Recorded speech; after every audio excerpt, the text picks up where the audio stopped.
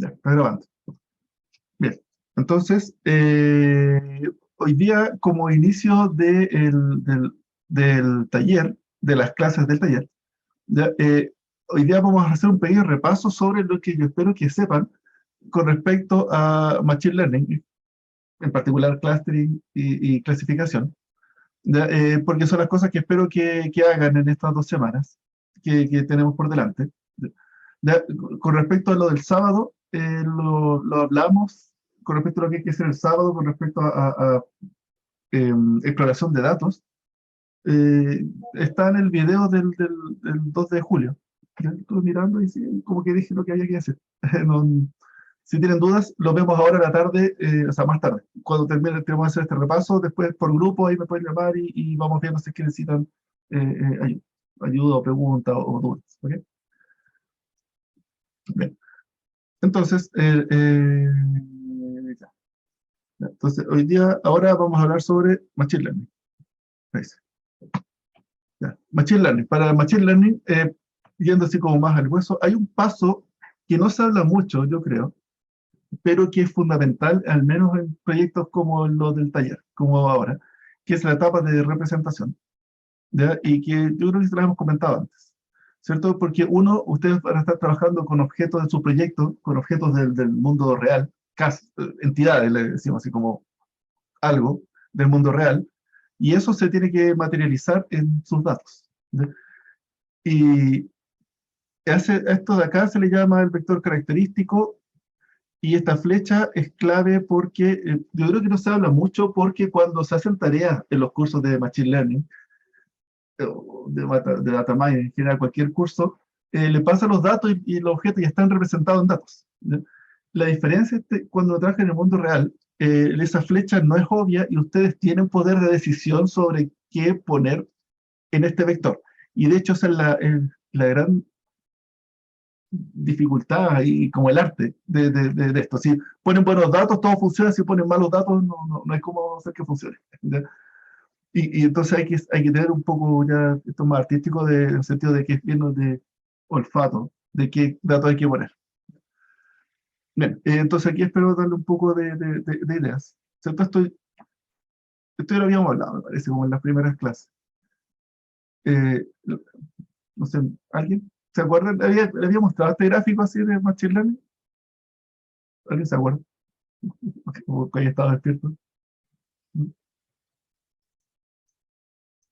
¿Ha hablado de esto? ¿No? Creo que no. Ay, no. Bien. Ya, bien, gracias.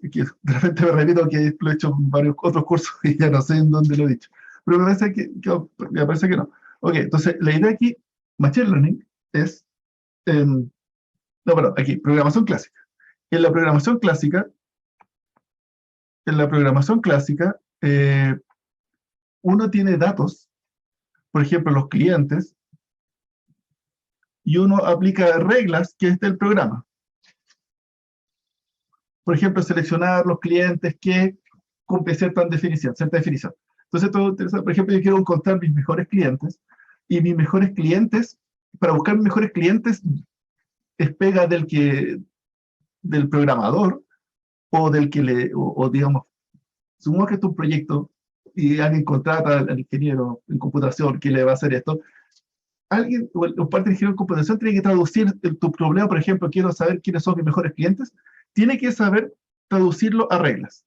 Los que ganan mayor a 100.000, los que han venido varias veces en el mes, o no sé. Hay unas reglas que uno tiene que escribir, y a veces hace como un documento de análisis se llama como especificando el problema, ¿ya? Y después hace el programa que hace eso, ¿ya? Y si no lo cumple, entonces es un bug y hay que arreglar el problema, ¿ya? ¿Y por qué uno corre esta regla y sale el resultado? Y aquí, por ejemplo, aquí tengo los clientes tipo 1, mis mejores clientes, y los malos, y los no sé, los no tan malos, ¿ya? No sé, digamos los estafadores, ¿ya? Los tipo 3 son como estafadores, ¿ya? ¿Ya? Y estos son los buenos clientes y los malos clientes y estafadores, ¿ya? Entonces, esta forma es que alguien tiene que decir cómo los encuentro. En Machine Learning, la idea es que descubrimos la regla, es parte de como de la definición del problema, decir, esta entidad, este cliente es tipo 1, y en realidad varios clientes, dar varios clientes que son tipo 1, los buenos clientes, varios ejemplos de los que son malos clientes, y estos son ejemplos de clientes que son estafadores. ¿Ya? No tengo que decir cuál es la regla, sino que solamente tengo que dar ejemplos de lo que yo quiero, y luego el Machine Learning consiste en encontrar la regla, descubrirla. Machine Learning consiste en descubrir reglas. Es la regla que logra asociar para esta entrada a esta salida. ¿Ya? Me gusta decir esto porque en algún momento hablando con compañeros, bueno, cuando decía colegas ya, decían claro, que Machine Learning, que era como, habían leído un blog y que era como programar con redes neuronales, que la media volada, ¿cómo puede ser eso con uno programa con redes neuronales? Claro, uno no hace programas escritos en algo, pero sí, efectivamente, Machine Learning es como programar, es como que tengo una función, y en la función yo tengo la entrada, y esto genera, ay, y esto genera una salida. Entonces tengo muchos pares entrada, salida, y Machine Learning consiste en crear el cuerpo de la función. Ya puede ser visto así, ¿no? Dado pares entrada-salida, que me haga el programa que sea que me genera para esta entrada y estas salidas. ¿Ya? Ya, eso podría ser visto como Machine Learning. Ya, pero quizá un poquito más, Machine Learning un poquito más que eso, porque claro, más que generar para esta entrada estas salidas, lo que me interesa es generar un dato nuevo, poder generalizar la regla, cosa que si viene algo nuevo lo asocia a lo que corresponde. ¿Ya? Y ahí es donde entramos en el mundo de las dificultades de este tema. ¿Ya? ¿Ya? Claro, de hecho, estas dificultades son las que se llaman los proyectos de inteligencia artificial. ¿Ya? ¿Ya? Inteligencia artificial se define, ¿cierto? Así como dando un ámbito de esto, se define como replicar más que el comportamiento humano, replicar la inteligencia. Eso sería inteligencia artificial, replicar la inteligencia por medio de computadores. Pero después de eso, ¿qué es la inteligencia? Entonces, en realidad eso hay que trabajar un poco esa definición. Y finalmente uno puede llegar a una definición mucho más práctica, eh, que son replicar decisiones y más que nada hacer automatización. ¿Ya? Entonces, la idea de los proyectos de inteligencia artificial es intentar automatizar lo que hacen los seres humanos. ¿Ya? Machine Learning es una forma de hacer esto, pero mediante lo que les dije, haciendo modelar el comportamiento sin tener que programar explícitamente, sino que generar las reglas a partir de los datos. Ajustar modelos sería el término. Y eso es súper útil cuando las reglas no es obvia cuál es la regla que uno quiere hacer, ¿no? Que uno quiere descubrir. Entonces, si la regla, no sé cuál es la regla, sé solamente lo que yo quiero asociar, pero no sé bien cómo hacerlo, ahí es un buen caso para Machine Learning. Hay que tener ejemplos y por supuesto, el evento debe haber sucedido antes. Si es que no hay muestras, ¿se puede hacer inteligencia artificial? Sí, no se puede hacer Machine Learning, ¿no? ¿Sí? Y todo asume que el pasado puede predecir el futuro, ¿no? Pongo sin interrogación porque están así, ¿o no? El pasado permite predecir el futuro. Se dice que los proyectos de Machine Learning son como conducir un auto mirando el espejo retrovisor. No sé, de hecho yo creo que se parece bastante. Está difícil saber cuándo hay que doblar, saber si es que hay que frenar mirando el espejo retrovisor. Pero eso es Machine Learning. Pero hay proyectos donde sí, hay proyectos donde no. Eh, Aquí tengo una pregunta. ¿Qué sucede, por ejemplo, que se me puede explicar? En astronomía, me apareció esta duda que era cuando aparecieron unos eclipses. Recuerdas, el año pasado y hace 2 años hubo eclipses, y era sorprendente cómo podían hacer unas predicciones precisas y exactas con respecto al tiempo, de cuánto va a durar, dónde se va a ver, cómo se va a ver y qué sé yo, ¿no? Y después sucedió y sucedió exactamente como lo decían. ¿Cierto? Oh, la ciencia, la maravilla de la ciencia. Y entonces uno ve los proyectos los predictores que uno hace de predecir, no sé, los clientes, esto, descubrir clientes, descubrir fraudes, cosas así. Y claro, ojalá uno tuviera esa precisión. Eh, entonces aquí viene mi pregunta. ¿Podríamos alguna vez hacer, por ejemplo, un predictor de precios, predictor de demanda? Si pudiéramos capturar todos los datos del mundo, o sea, Google quedará chico frente a eso, ¿podríamos hacer un predictor así con la precisión como lo hace en astronomía predecir los eclipses? Pregunta. ¿Qué opinan ustedes? Tomando opinión. ¿Qué creen? ¿Es el mundo predecible según los datos? Al menos en los eclipses se ve. ¿Se podría predecir? O sea, por supuesto que ahora, claro, no hay datos para predecir no sé, la siguiente crisis económica. Pero si estuviéramos guardando todos los datos, ¿se podría? Sí, dice Daniel, quería hablar. Quizás la misma pregunta ya nos induce a la pregunta, o sea, como a otra pregunta de si es que es factible. Quizás solamente responder a que si es factible me dice que no es posible. Pienso más en que no es factible a Ok, que... porque habría que capturar muchas cosas. Eh, pero, pero esa es mi pregunta, si es que hay esperanza, si quieres. Hay esperanza, ¿cierto? Por eso dice que es filosófico, porque sí, yo creo que cuando uno está haciendo estos predictores de demanda, por ejemplo, yo veo que ahí hay una filosofía de que si capturo suficientes datos y tuviera los datos de toda la economía del país, de todos los compradores y también la economía de Estados Unidos y la economía de China, y si todo estuviera digitalizado, ahí podría ser el predictor de demanda exacto. O no, ¿se podría? Dice, debería haber siempre un margen de error. Creo que aquí tuviéramos casi infinitos datos. En astronomía, de hecho, manejan un margen de error, ¿cierto? Tienen un más menos, claro, milímetros. Claro, igual manejan un más menos. Ya. Pero es lo mismo, ¿no?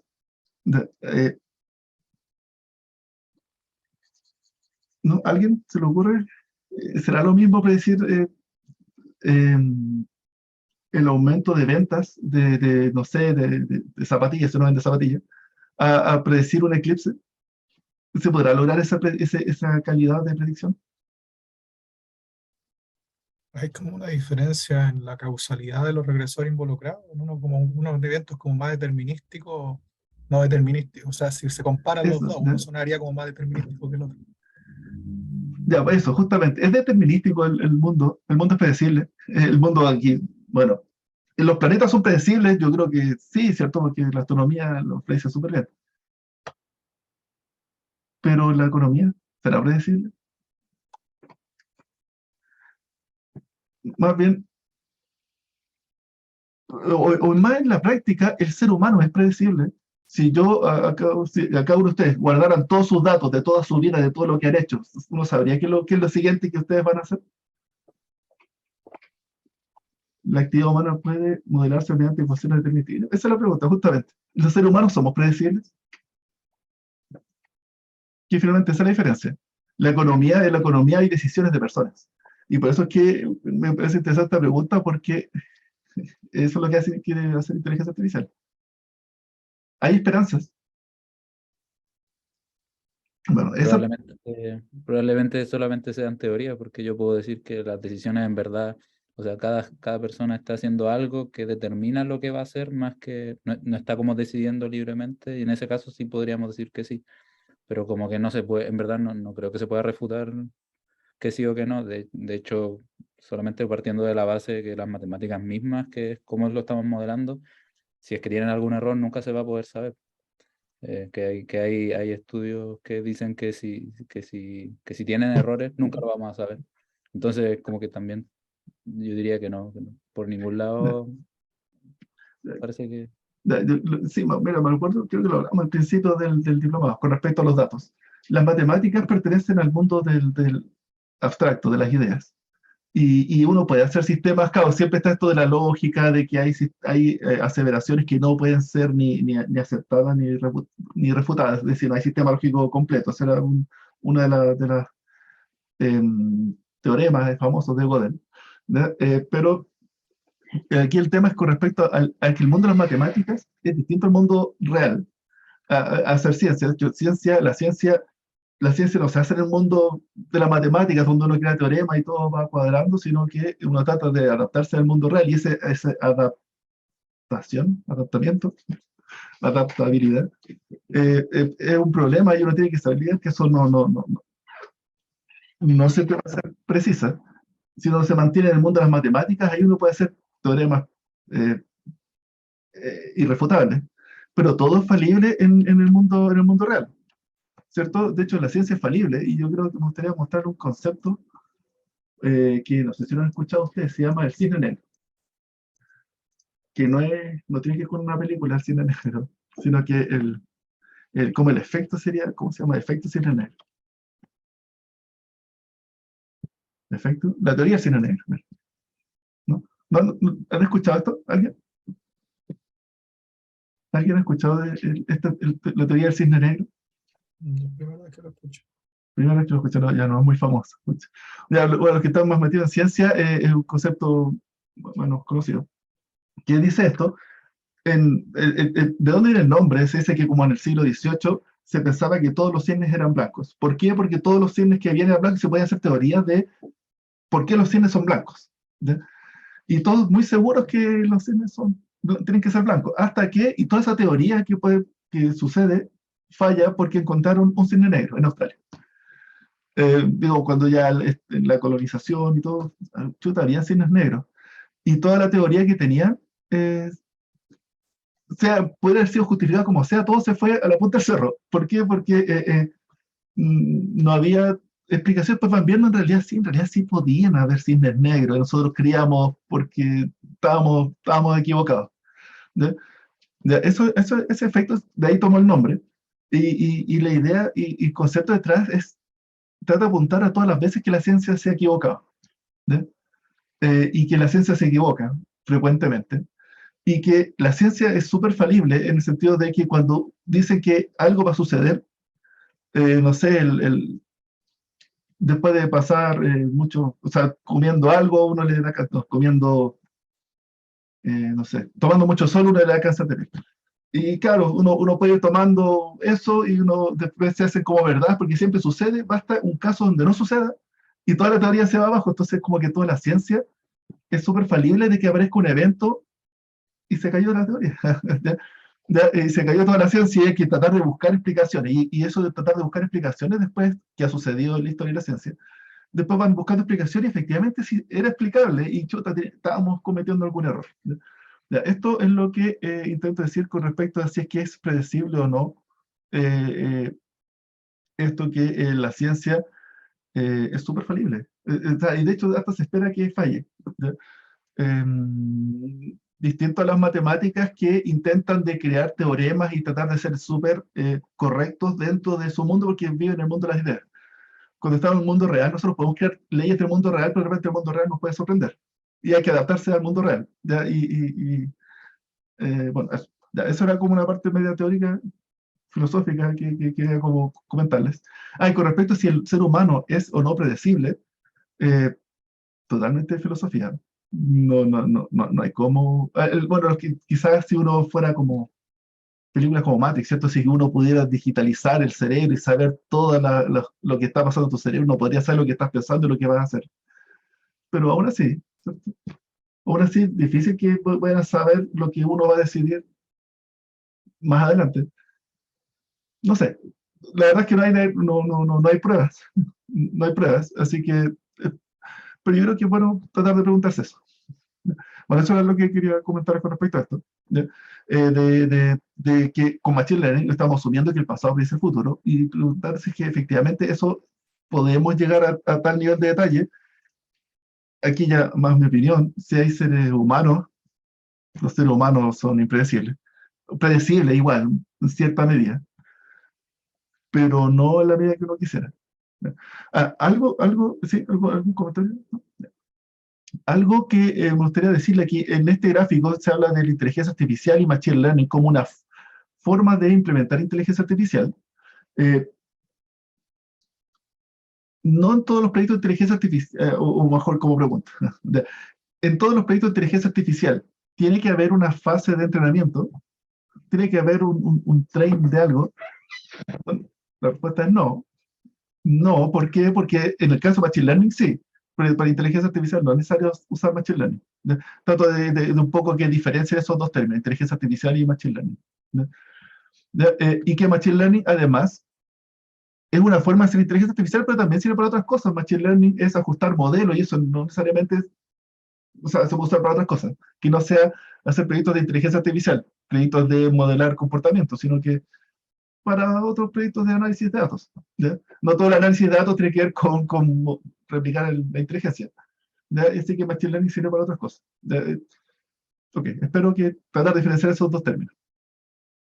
¿Alguna pregunta? Bien. Y Deep Learning consiste en hacer lo mismo, o sea, hacer Machine Learning, pero en el caso particular de usar redes neuronales, y en un caso, no solo eso, sino que tienen que ser redes como grandes, por supuesto, muchos datos, y en particular cuando uno entrena la representación del contenido. Y esto es cuando uno obtiene los mejores resultados. ¿A qué uno se refiere con esto? A que si es que uno tiene muchísimos datos y uno trata justamente de digitalizar una persona o un comportamiento, al principio dije que uno necesita calcular representaciones. ¿Ya? Y con Deep Learning uno podría intentar usar todos los datos de entrada para calcular una representación que es la mejor representación que es la que me permite clasificar. ¿Ya? Y eso sería Deep Learning. En el caso de datos es más difícil verlo, pero en imágenes es súper claro. ¿Ya? En vez de analizar la imagen, uno entrena cómo analizar una imagen. Bueno, ya. ¿Alguna pregunta? Ya, para ir bueno, esto es como lo que ya dije. Esta es la introducción de Machine Learning. Entonces, ¿cuándo usar Machine Learning? Dice problemas difíciles de codificar en reglas. Cuando no me sé la regla, cuando hay problemas con cambios constantes en el tiempo, es decir, las reglas van cambiando en el tiempo, entonces uno no tiene, si uno hace un programa y tiene que irlo ajustando a cada día, o según nuevos datos a cada rato, y para mirar cómo tengo que arreglar mi programa, quizá un problema para Machine Learning. Problemas de percepción, análisis de datos. Esto, súper bien Machine Learning, lo que les decía, analizar una imagen, o audio, o voz. De ahí, estos son los mejores resultados de Deep Learning, en este caso, en particular. Y problemas desconocidos con poco conocimiento teórico. ¿A qué se refiere con esto? Que si uno quiere hacer ajustes, por ejemplo, de venta, no tengo que ser muy experto en venta, necesito datos y ajusto modelos. De ahí uno no se mete mucho en la parte más teórica. En cambio, si uno no tiene este concepto de Machine Learning, y ejemplo, uno tiene que ir, tratar de estudiar y entender el comportamiento. Entonces uno puede jugársela por hacer algo sin saber mucho con Machine Learning. Y eso es un arma de doble filo, ¿ya? Porque de repente uno ve unos resultados que para los expertos del área son ridículos. Ya uno ajusta el modelo y encontré esta super regla y después resulta ser que era algo sin sentido. Bueno, no sé si me explico con eso. ¿Alguna pregunta? Casos desfavorables. Un caso donde no se puede usar Machine Learning consiste en casos donde no se puede cometer errores. Machine Learning siempre va a tener errores asociados. Así que cuando usted haga un proyecto de data science o inteligencia artificial, siempre tienen que saber que van a ocurrir errores. ¿Ya? Hay que informar que a veces cuando hace proyectos en la industria, hay que hacer el símil con los proyectos de computación típicos, esto de hacer una página web, un registro formulario, donde guardan sus datos y hacemos algo. Uno hace lo que uno le piden, uno lo hace. En cambio, con los proyectos de Machine Learning, o que tiene en realidad de inteligencia artificial, uno dice, usted va a tomar esto y va a predecir las ventas, o sea, va a predecir el siguiente cliente, le va a mandar un correo. Y por supuesto que uno puede fallar en eso, y eso es aceptable. Siempre va a haber errores. Y el tema es que hay que medirlos. Y eso es lo que espero que hagamos ahora aquí en el taller. Cómo medir esos errores. Y que sepa que cuando uno hace unos proyectos, siempre hay un error asociado. Entonces, si uno tiene un proyecto de un reconocedor de rostros para que entre a una casa, siempre habrá un error asociado. El tema es que no se hable y dice, tengo un sistema que hace esto, pero ya, y de repente asumen como que funciona, y tienen que saber que siempre hay un porcentaje de error. Que eso es distinto a los proyectos de informática, ¿cierto? No es como si tengo mi proyecto de registro de datos y guardo mis datos y me mando un correo. Uno no, hay un porcentaje de error de eso, porque eso funciona. Bien. Bien, si tienen comentarios o preguntas, por favor, para enriquecer el tema. Otro caso donde no es bueno usar Machine Learning es cuando tienen que justificar por qué. La respuesta da, ¿por qué este cliente es estafador? Y dije, este cliente es estafador, pero ¿por qué? A veces es difícil responderlo. El clasificador dice eso, pero dar una justificación, por ejemplo, si viene una demanda, un proyecto que alguna vez escuché en el COMPIN, el que ve las licencias médicas y que ve si le aprueban o no la licencia médica, si se la rechazan o no va a pagar, y que dijeron con proyecto, con inteligencia artificial, vamos a resolver esto más rápido. Chuta, esperen la demanda, porque si uno no me van a pagar algo, me tienen que decir por qué. No una respuesta válida es que el clasificador dijo que no. Así que, al menos, esto seguro que tiene que ser como un programa normal, con reglas. No por Machine Learning. Espero se entienda. Bueno, otro caso donde no es posible o no es buena idea usar Machine Learning, o no se puede, cuando no hay ejemplos de muestra, no hay datos. Y otro ejemplo aquí es cuando las reglas son muy simples, son muy evidentes. Quiero buscar todos los clientes que tengan más de 100.000 seguidores, por ejemplo. No hay Machine Learning para eso, es una regla, es un programa normal. O cuando es una heurística simple. En todos los proyectos de Machine Learning se pasa por esta etapa. Primero hay que definir, y esto espero que a esta altura ustedes ya tengan más o menos definido qué problema tienen que hacer. Y recolectar datos, esto espero que ya lo tengan más o menos definido. Representar entidades los van a tener que hacer, o lo tienen que haber pensado ya. Para representar entidades uno tiene que tener, bueno, claro, los datos que hay y qué es lo que quiero lograr. Entrenar modelos, que es lo que espero que hagamos estas 2 semanas que nos vienen. Evaluar modelos, que les voy a enseñar ahora. De hecho, estas son como las clases que nos faltan hacer estas 2 semanas. Vamos a hacer una clase sobre cómo entrenar un par de aspectos que sé que hay que repasar con respecto a entrenar modelos. Esto de la separación de los conjuntos y hay que repasarlo. Y lo otro es cómo evaluarlo. Estos porcentajes de algo, hay distintas formas de evaluar y eso tenemos que repasarlo.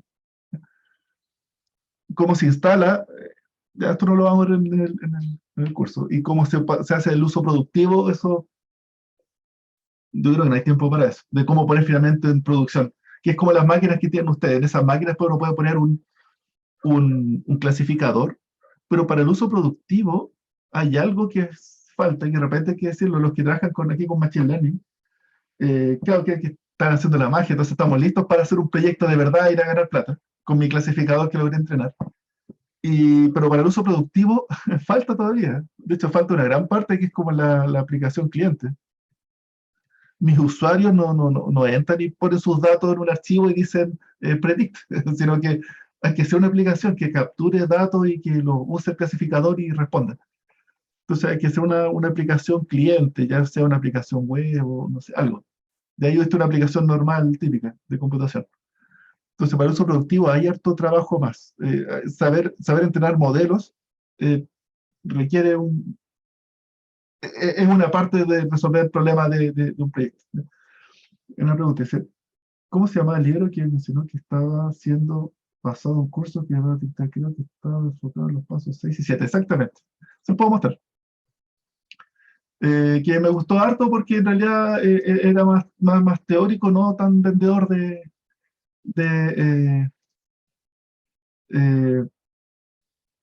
no tan vendedor de infraestructura, ¿ya? Que era este Machine Learning Engineering. Este me gustó harto, de hecho, lo que estamos hablando ahora sale aquí al inicio. Y habla un poco de eso. Cuando no usa Machine Learning, bueno, él daba más puntos que yo. Y mira, justo el ciclo había, justo lo que le estaba escribiendo acá. Ya, y eso. Bien. Se los pasé, ¿cierto? ¿O no? Se los pasé. Me parece que se los dejé, se los compartí en alguna parte. Bien. Y para el uso productivo, entonces hay que hacer una aplicación cliente si compartió el link. Bien. Y hay que hacer monitoreo, evaluación y mantención de modelos es decir, esto es lo que se llama el reentrenamiento. Ya, entonces esta parte es como el uso productivo, y aquí hay una parte que me acordé que ya viendo esa parte, hay una parte que se llama el DevOps,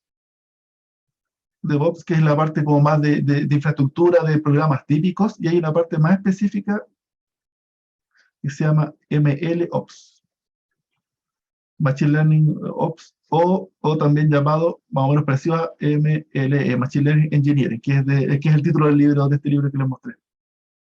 ¿Ya? De aquí Machine Learning Engineering. Esto es como un MLOps, y ahí están cada uno jugando por quién impone su término, si quién acuña el concepto. MLOps, MLE, lo mismo. Ya, una duda, no sé si se resonarán, pero ¿en qué momento o bajo qué escenario podría integrarse Machine Learning con alguna técnica de Big Data como Elasticsearch?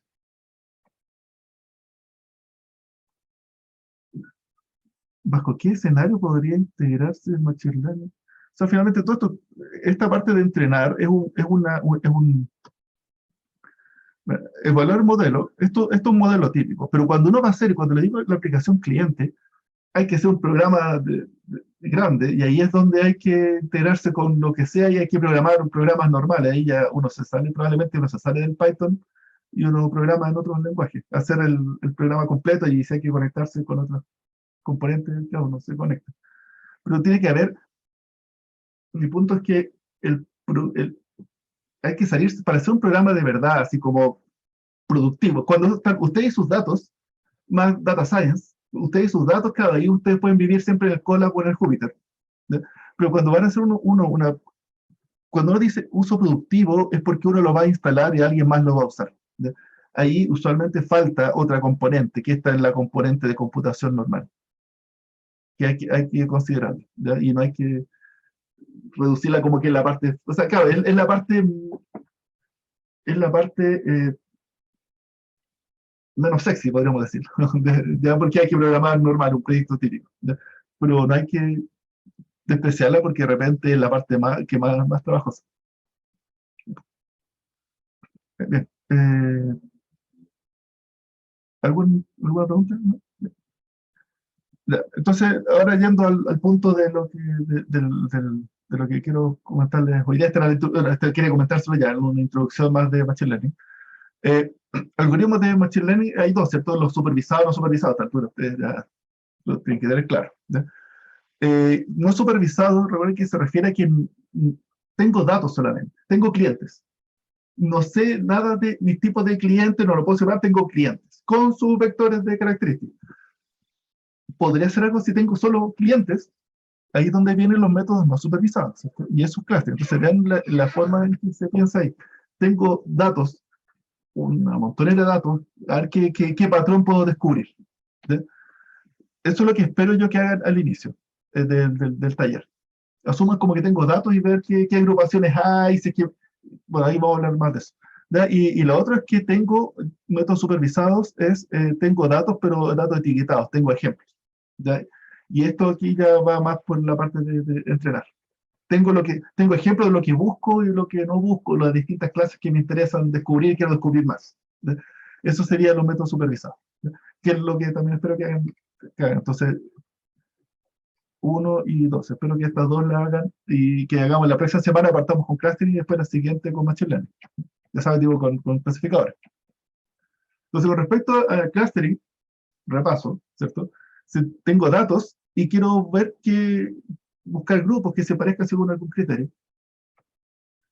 Entonces tengo esto, por ejemplo, ¿cierto? Y tengo mis datos. ¿Alguien habla? No. Pero interrúmpame si quieren. Tengo datos. Entonces estos son digamos, clientes. Y estos son todos mis datos de los clientes que tengo y los grafico acá. Y aquí es donde puedo buscar qué tipos de clientes hay.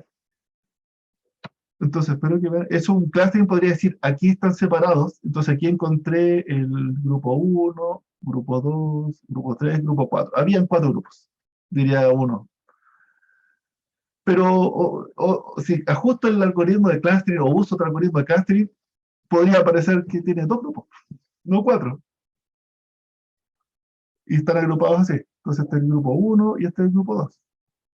¿Sí? O podría decir que hay 9 grupos. ¿Cómo? Pregunta para ustedes que ya pasaron todo esto. ¿Cómo puedo saber cuál es la mejor agrupación?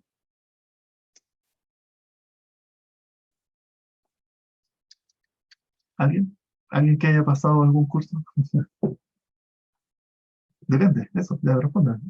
Depende del criterio que usemos para evaluarlo. Se puede evaluar para comparar si es que los puntitos están como más cerca entre ellos que los que son clúster o están más lejos de los que no son clúster o definir algún radio y cosas así. Pero en verdad como que no hay ninguno que... De hecho, eso es lo que estamos buscando. Entonces nada nos va a asegurar esta es la mejor. Depende de lo que busquemos y eso. Supongamos clientes, lo que les acabo de decir. Quiero saber mis tipos de clientes. Tengo datos de clientes. Y hice un algoritmo de clustering y me dice eso. Y tengo otro algoritmo de clustering y me dice, tienes 2 tipos de clientes. Y tengo otro que me dice, tienes 9 tipos de clientes. ¿Cuántos tipos de clientes tengo entonces? O sea, ustedes se van a enfrentar a esta pregunta en el taller, la otra semana.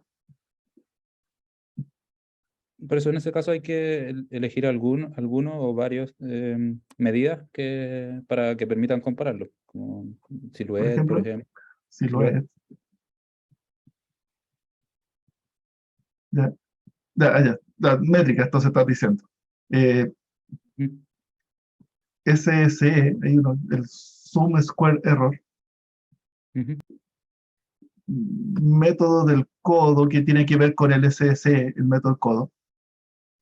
Pero, ¿cómo está relacionado el método del codo con el SSE? ¿Por qué no? ¿Alguien sabe? Esto repaso que lo van a tener que hacer la otra semana. Entonces, por eso la vuelta clase como para no repetirlo. Cada grupo. Es como una heurística para buscar como un hiperparámetro o parámetro, en verdad, no sé. Creo que hay hiperparámetros del algoritmo, que es como cuando llego a un error lo suficientemente decente para no explotar ni la cantidad hacia arriba de clúster ni hacia abajo. Como decir, tengo un clúster por cada punto o tengo un clúster que son todos los puntos. Como que intenta buscar esa... Ya, eso. ¿Y cómo? Entonces, ¿qué es lo que dice aquí? Por ejemplo, calculemos para este ejemplo, para este 2 clúster, ¿qué es lo que hace el error del método del codo? Repaso. Consiste en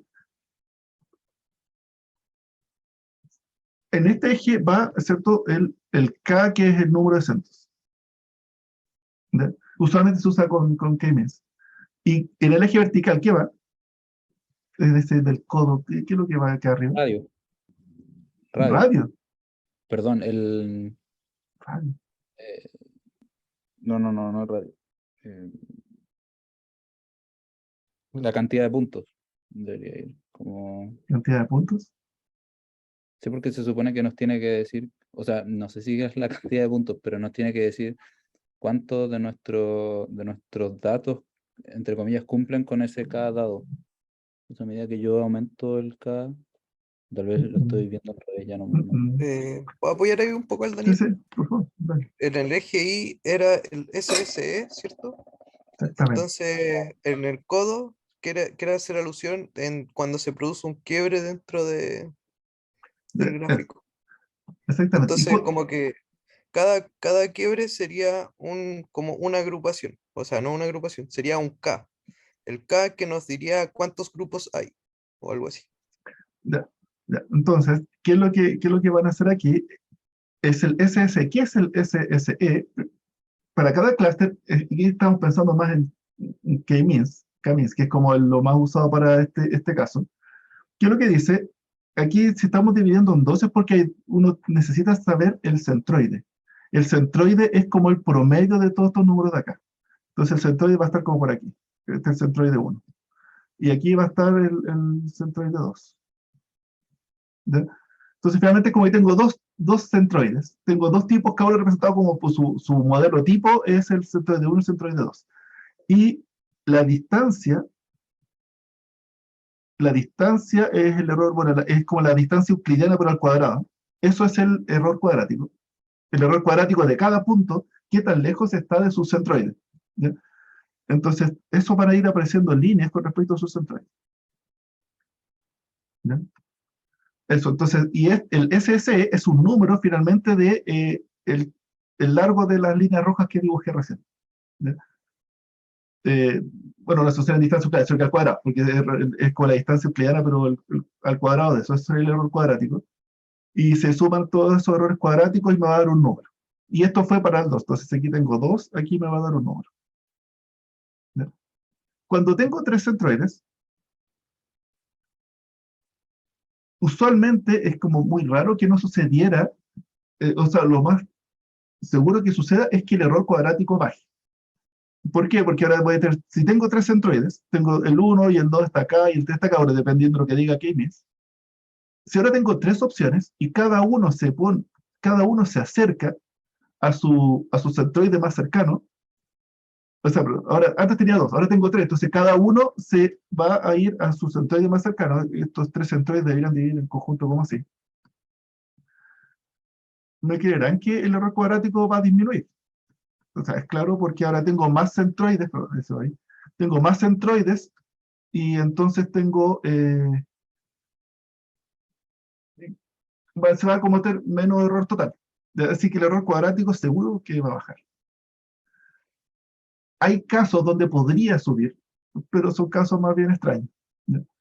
Tendría que haber por ejemplo, ¿en qué caso podría subir? Supongamos que tengo todos los datos como en 3 centroides justos, y divido con 3, entonces quedan unos centroides, cada grupo con su centroide perfecto. Y si aquí digo ahora con 4, ahí como que empieza a desordenarse y puedo aumentar el error cuadrático. ¿Ya? Ya, eso podría ser cuando hay un cárcel muy perfecto de los datos con respecto a cierto número de centroides. ¿Ya? Pero en general las cosas no son así, en general los clústeres son como medios difusos, y mientras más centroides uno agregue, los datos se ajustan, cometen menos error, como error de redondeo. Entonces siempre va a ir bajando. Y ahí es donde viene el codo, porque con 3 voy a cometer menos errores, con 4 voy a cometer menos errores, con 5 voy a cometer menos errores, pero en algún punto esto como que se empieza a estabilizar, ¿cierto? Entonces aquí es en cuántos, digamos, ¿cómo definen el codo?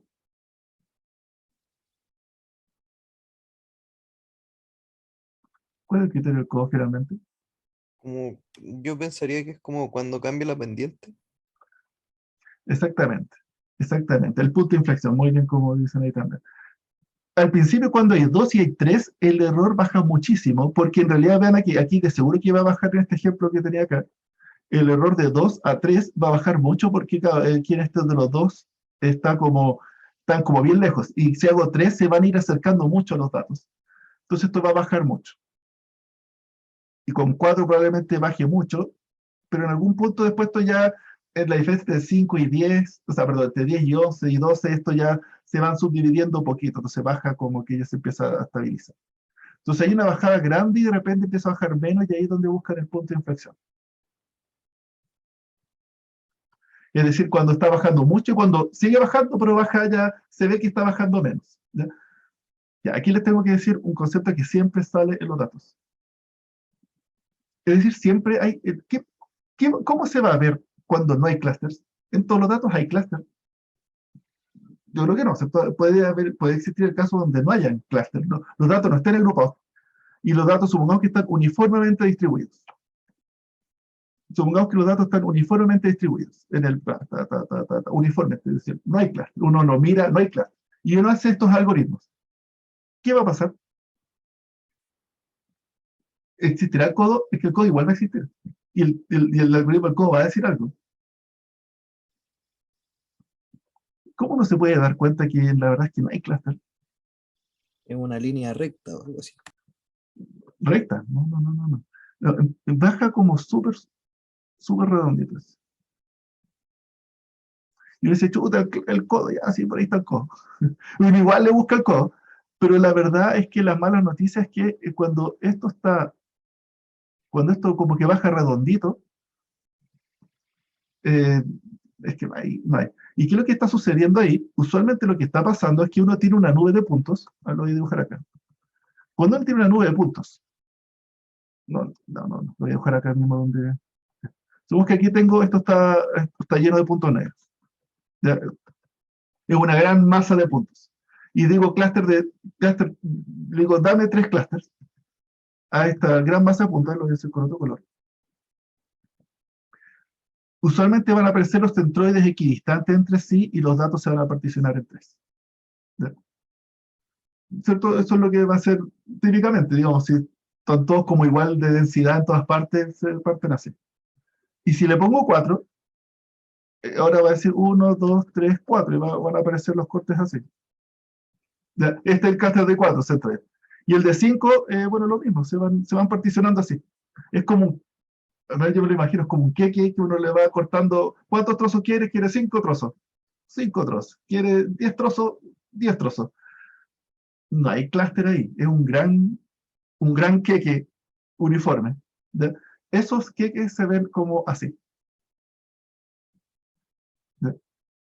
Y si ustedes ven una curva, les aseguro, cuando hagan esto del criterio del codo, ustedes le pasaron datasets y funcionó. ¿Ya? Con datos reales, súper raro encontrar clusters. Además de los proyectos que yo he dirigido, siempre es súper difícil encontrar clusters.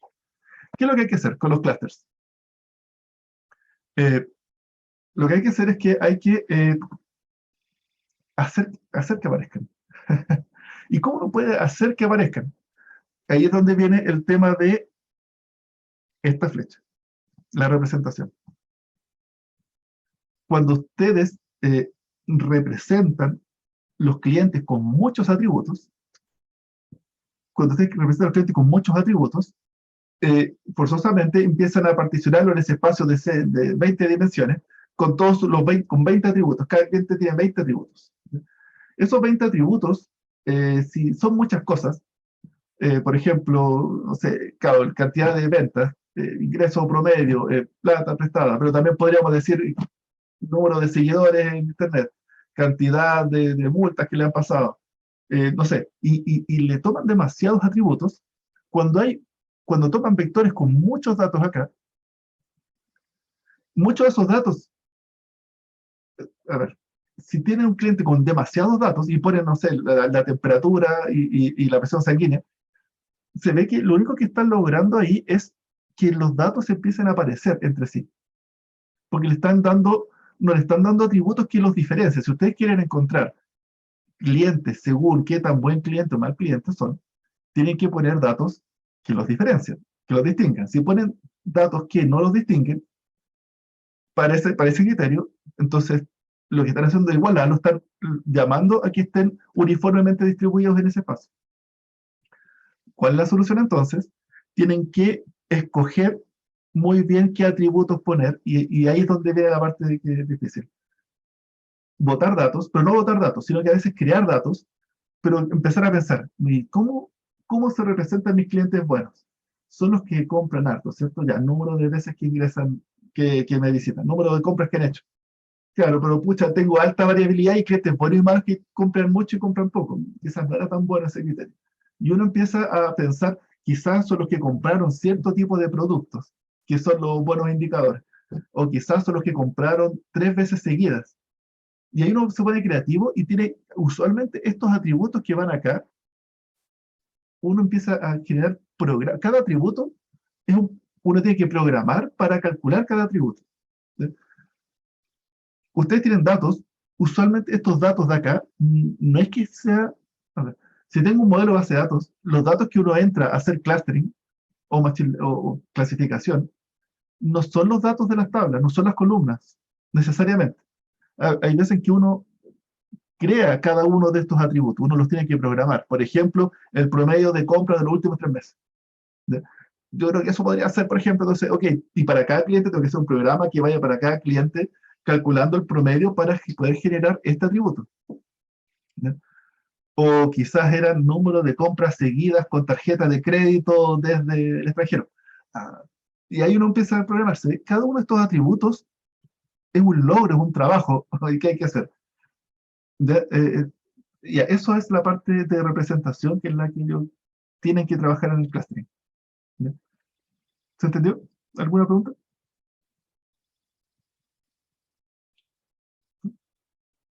Bien, bien. ¿Profe? ¿Sí?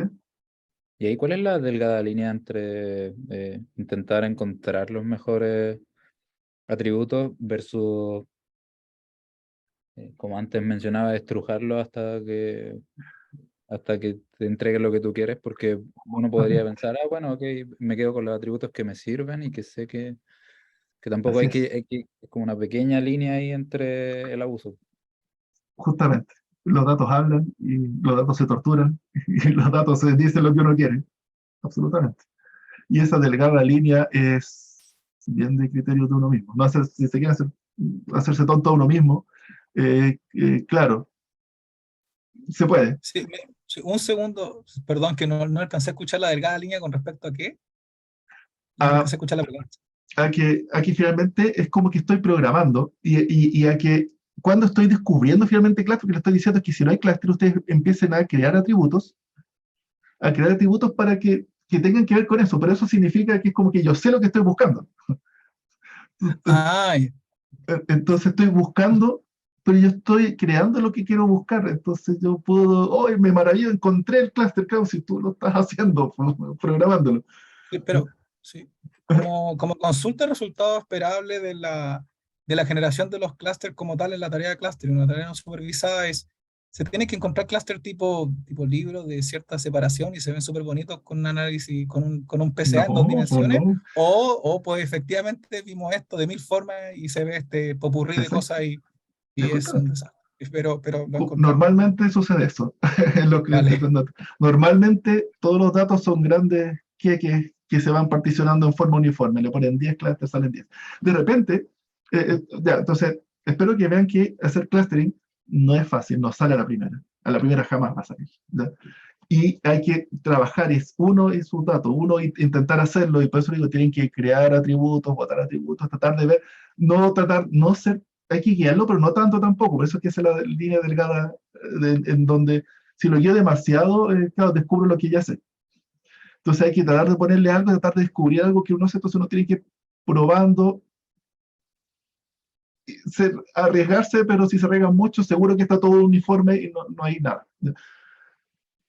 Otra forma que recordé, usualmente, como se ve aquí, una forma bien común y que un resultado, espera, por ejemplo, un resultado eh, que puede suceder esto que le digo, son todos totalmente uniformes. Lo que yo no me gustaría es que en el taller dijera, ok, hice esto, no me salieron, sigue esta tarea. Ya lo voy con clasificación. No, porque uno puede tener que trabajar, tienen que ir mostrando distintos intentos que hicieron y usualmente si hay clusters, el tema es que los datos no son todos clusterizables. Si digo 3, uno le pasa todo el dataset de clientes y uno, claro, muéstrame 4 grupos de clientes. De hecho, como que me creerán que si quiero clusterizar mis clientes por tipo de cliente, en 4 clientes, es como súper wishful thinking, se llama el pensamiento, no sé cómo se traduce el wishful.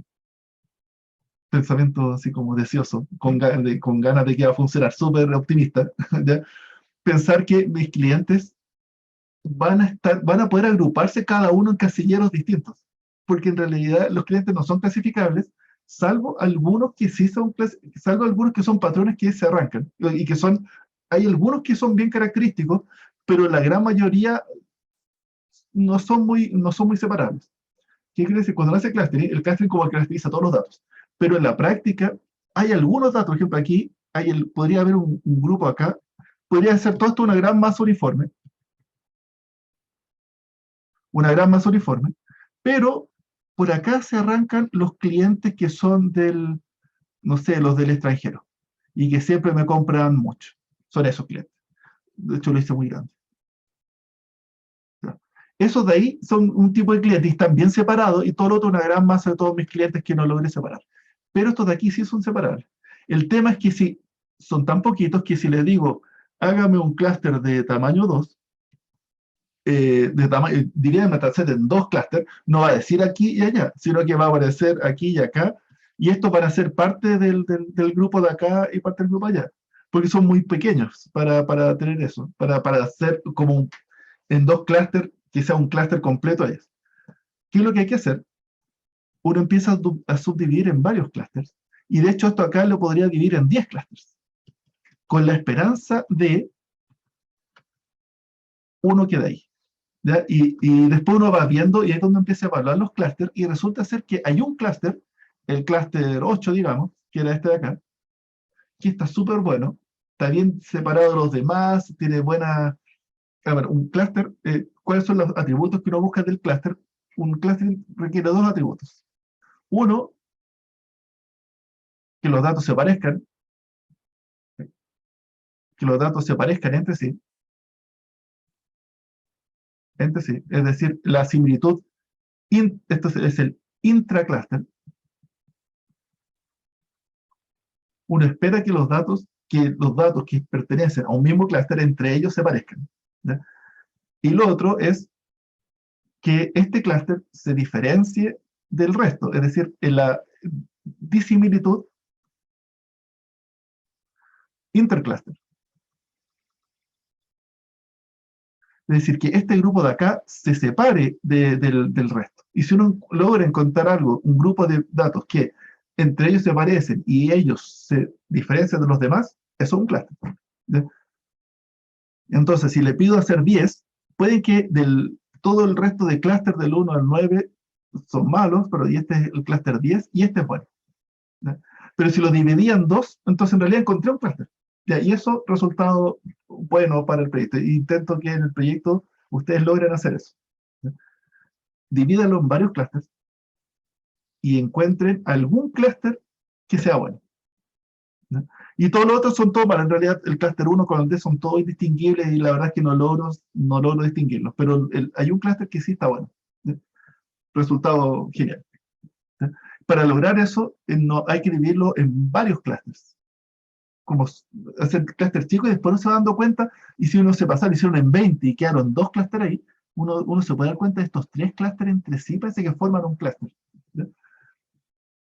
¿Me explico? Al menos espero que vean después esto, cuando estén en la otra semana con problemas para calcular el clustering. Estos son los trucos que le voy a ir diciendo a cada grupo. Siempre les digo, ¿no? Bueno, ahora, cuando les digo qué tan bueno es el cluster, me mencionaron error, el de Silhouette y el SC. Ya, esa es una forma de verlo, pero hay otra forma. En el caso del cluster que le estoy pidiendo ahora, que es un clustering como de analizar mis clientes y quiero ver qué tipo de clientes hay. Hay otra forma de analizarlo que es con criterio del problema, ¿sí? Y consiste en ver, estos son todos los clientes y miro mis clientes, veo sus datos y los miro en realidad, sí, se parecen. En realidad son todos clientes. Vean que cuando les mencioné les dije son clientes del extranjero que pagaron con tarjeta y no sé, algo más. Pude darle un nombre a ese cluster, ¿ya? Y uno los bautiza. Si ustedes logran, ese sería como el objetivo del cluster, hacer de la tarea de clustering del taller. Clustericen los datos e intenten ponerle nombre a los clusters que encuentren, a uno o más, a alguno por lo menos. Esto de acá va a ser difícil porque van a buscar los datos que están ahí como que no tienen un patrón común y no está difícil diferenciarlos de los otros. Pero si logran alguno encontrar ese patrón, finalmente esa definición en palabras es el cluster que están buscando, ¿ya? Bueno, ¿preguntas? Les dije todo en esta slide, pero aquí tenía más slides. ¿Ya? Los algoritmos de clustering divide los vectores en n grupos. Bueno, esto es lo que les decía. Los vectores de un mismo grupo se parecen entre sí.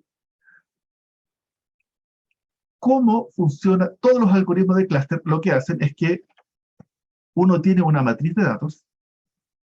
Vean cómo funciona. Todos los algoritmos de cluster funcionan así.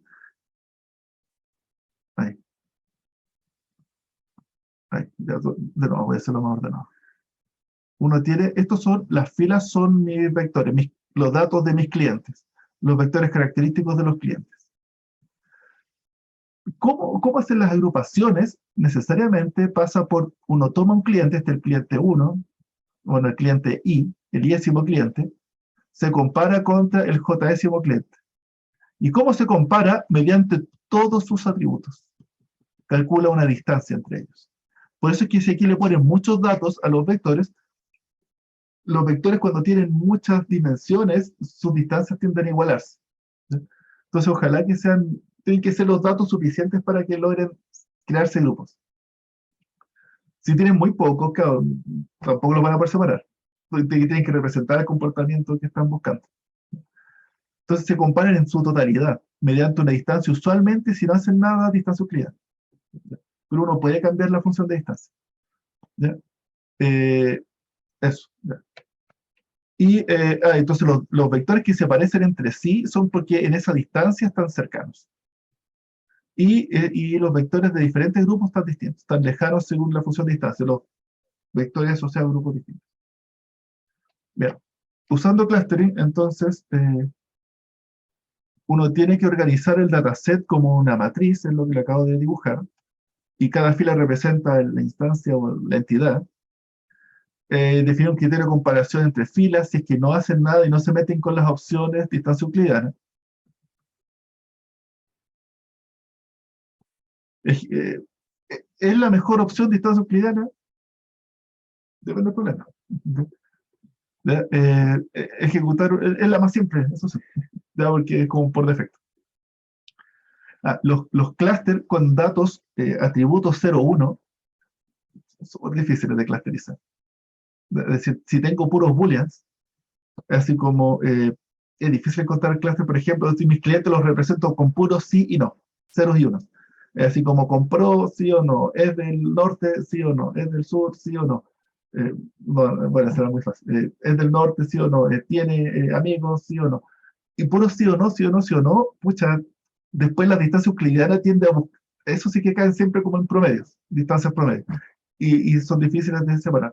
Y es mucho mejor cuando hay distancias con valores como ingreso promedio, cosas así. ¿Ya?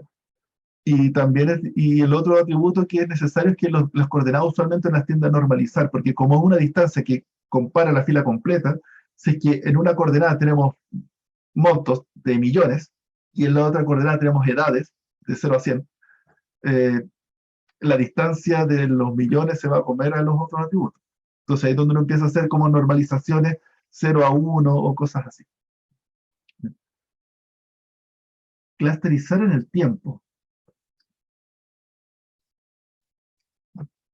¿Hay que ver con clusterizar en el tiempo? ¿Cómo se mueven los clusters? Porque si es como se mueven los clusters, el tiempo se detiene y clusterizar y puede ponerse en otro tiempo y clusterizar de nuevo. Sería algo así, ¿no?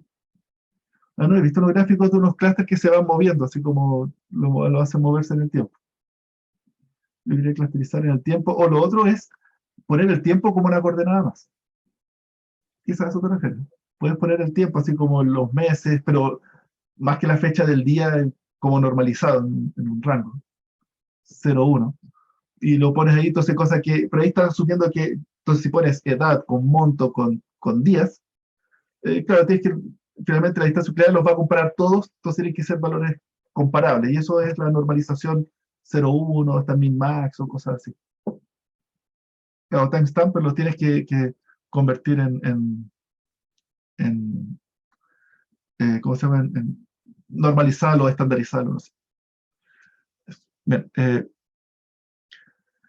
luego, define un criterio, ejecuta el algoritmo de clustering, cualquiera, aquí les voy a mencionar algunos. Medir la calidad, tienen que medir la calidad de la agrupación. Entonces, esta agrupación, lo más simple es medirlo a través de estas métricas numéricas, pero para el problema que tienen que hacer en el taller, lo mejor es hacer evaluaciones exploratorias, ¿ya? Y eso es lo que vamos a mostrar acá. ¿Y cómo hacemos eso? Finalmente, tenemos que ver que le vamos a agregar un atributo con es como que a nuestros datos, que tenemos los datos que capturamos, toda edad, precio, le vamos a agregar, monto, digamos que gasta, le vamos a agregar un atributo más que es el ID del clúster, que entregó el resultado de clustering. ¿Ya? Y luego vamos a hacer esta evaluación visual o de interpretación, que es decir, ponerle el nombre al clúster. ¿Ya? Entonces aquí tengo, supongamos que aquí están los datos. Esto era lo que decía plata, aquí está la edad, esto el tiempo según algún criterio de algo, y etcétera. Y a esta matriz, con mi algoritmo clustering, le voy a agregar otro atributo más. Un atributo extra que, bueno, se agrega acá, y que es el ID del clúster, entonces clúster 1 a clúster K. Y ahí se van a ir agrupando estos dos son del mismo grupo. ¿Ya? Con eso, ustedes pueden, bueno, K-means, esto es el repaso de K-means, de cómo, esto lo tienen que haber visto también más slides. ¿Ya?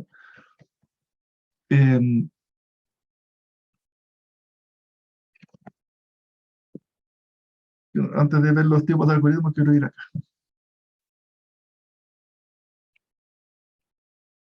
Eso. Entonces, queremos evaluarlo. Entonces, pueden calcular evaluadores numéricos o evaluar visualmente. ¿Ya? ¿Y qué es lo que hacen? Espero que hagan gráficos como esto que está acá. ¿Ya? En un gráfico ponen aquí, por ejemplo, aquí tengo dos atributos, el atributo X, el atributo Y, y el clúster es otro atributo como el color. Entonces aquí, por ejemplo, aquí está la plata y aquí está la edad. Aquí se ve como que los verdes son la gente que gana poca plata y tiene mayor edad. Y los azules, como que este grupo de acá tiene que ver con los que ganan más plata y menos edad. ¿De? Y los amarillos están medio mezclados con los verdes y los rojos son esos de ahí. ¿De? Entonces se ve que uno es más fácil ponerle nombre, bautizar el clúster, haciendo estos tipos de visualizaciones. Y también había otra que era bien interesante, y se la mostré en la slide anterior, que es tratar de hacer estos, a ver, se los voy a mostrar. Con respecto a lo que les subí la vez pasada. ¿Recuerden estos scatterplot matrix? Eso. Estos scatterplot matrix son súper útiles si es que aquí ponen, los rojos son el clúster 1 y el verde el clúster 2, y hacen mover y tratan de ver ahí si es que efectivamente cuál es el patrón que los diferencia. En este caso no se diferencia mucho en realidad. ¿Ya? O en el mismo gráfico, van pintando con puntos rojos el clúster 1 y con puntos verdes el clúster 2. Y ahí tratan de ver si es que están más tirados para algún lado o para el otro y pueden tratar de ponerle un nombre al clúster. ¿Pregunta? Sí, yo tenía dos comentarios. Yo creo ya se me olvidó uno. Pero uno de ellos era algún consejo para poder luego describir los clústeres, porque por ejemplo en este caso que son dos dimensiones y los bautizamos con cierta característica, es más o menos trivial hacer la mezcla de las cuatro y ya, pero por ejemplo si tengo 100 dimensiones y después hago una reducción de dimensiones para poder verla obviamente, es como complejo, o sea, yo Absolutamente. no me pondría a revisar 500 datos para ver en qué se parecen y decir, mira, estos datos son la gente que bla, que va a ser como... Es que si no puedes hacer eso, entonces, ¿para qué estás haciendo el clúster? La idea del clúster es que tú puedas hacer eso, porque supongamos que la pregunta es, quiero saber qué tipos de clientes son. Y que encontré un grupo súper bueno, pero no te lo puedo explicar con palabras. Ya, muchas gracias, pero no me sirve. ¿Ya?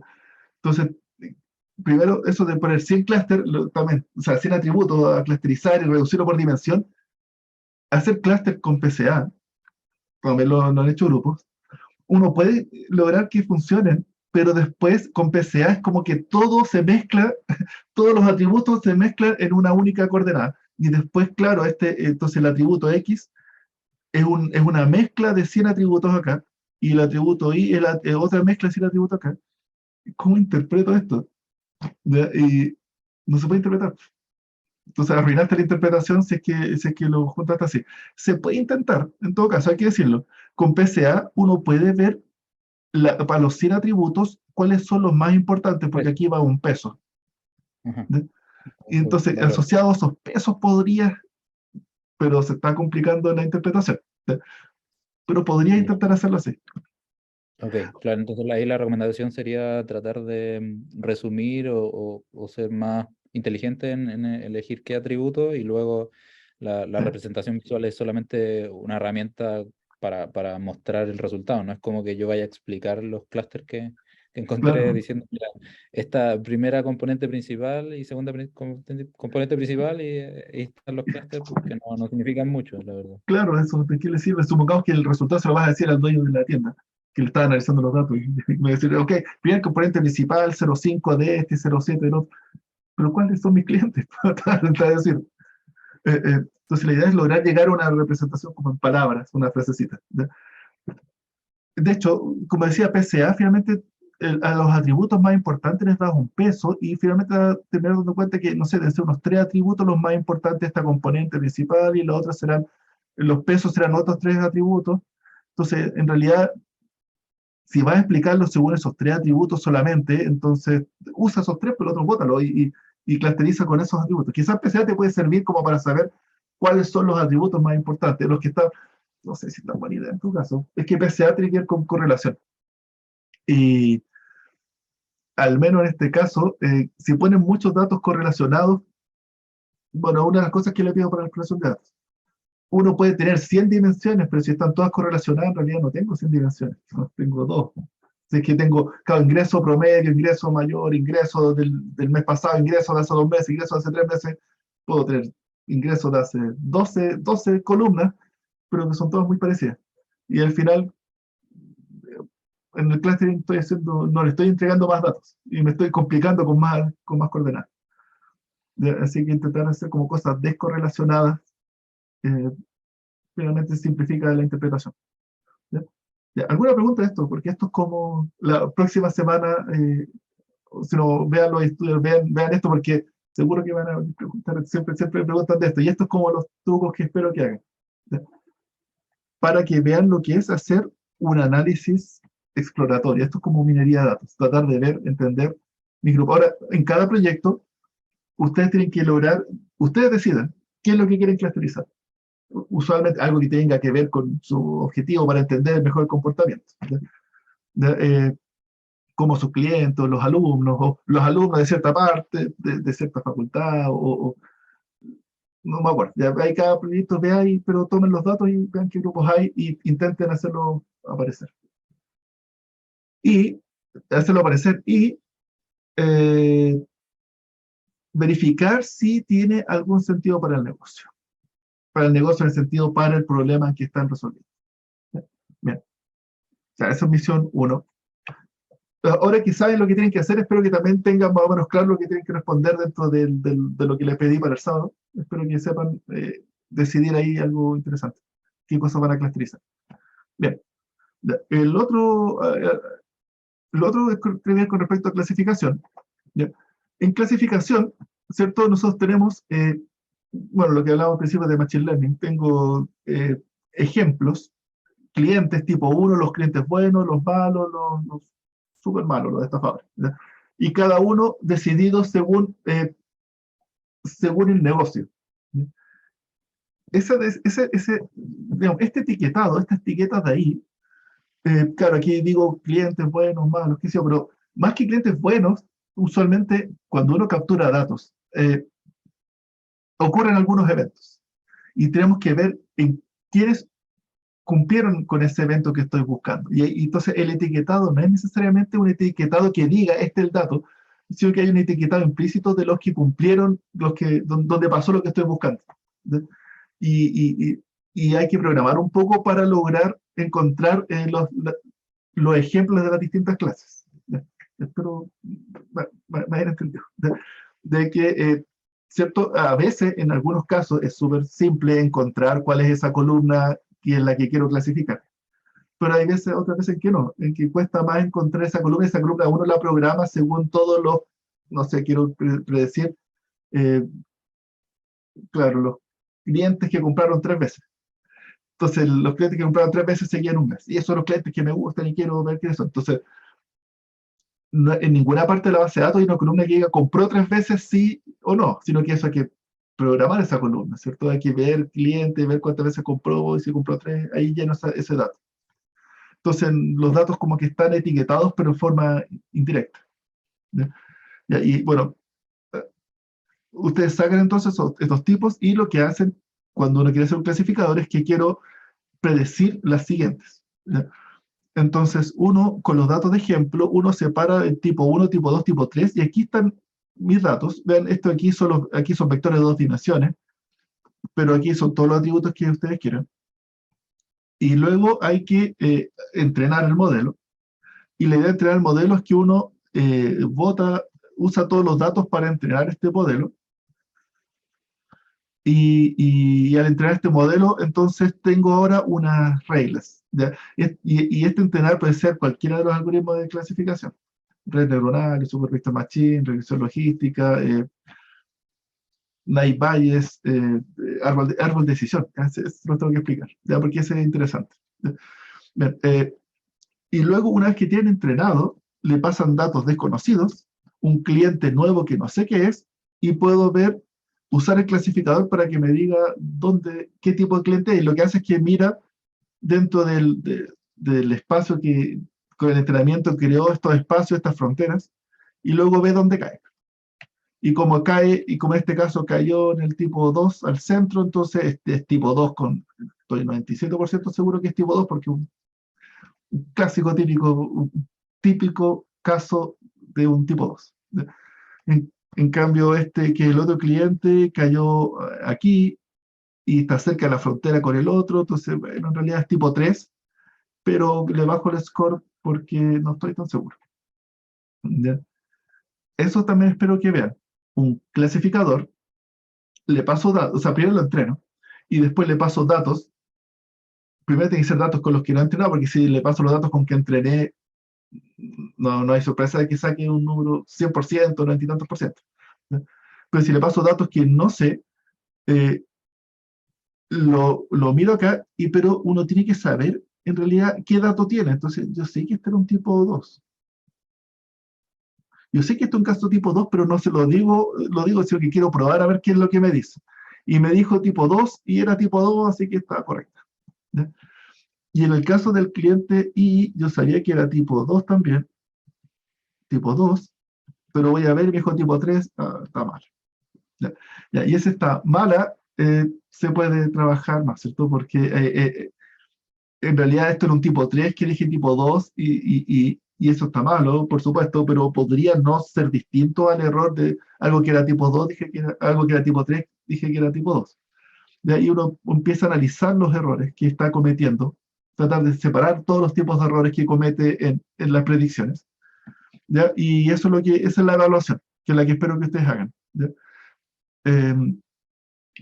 Finalmente, un clasificador dice, tengo un conjunto de etiquetas de tipos, discreto, finito, usualmente de 1 a 10 clases. ¿Ya? Más de 10 clases ya como que se puede, pero se va complicando. Ojalá en el proyecto ustedes tengan 1, 2, 3 clases, o 10 clases ya se hace difícil hasta los gráficos y los análisis se empiezan a hacer más difíciles. Pero bueno, depende del problema.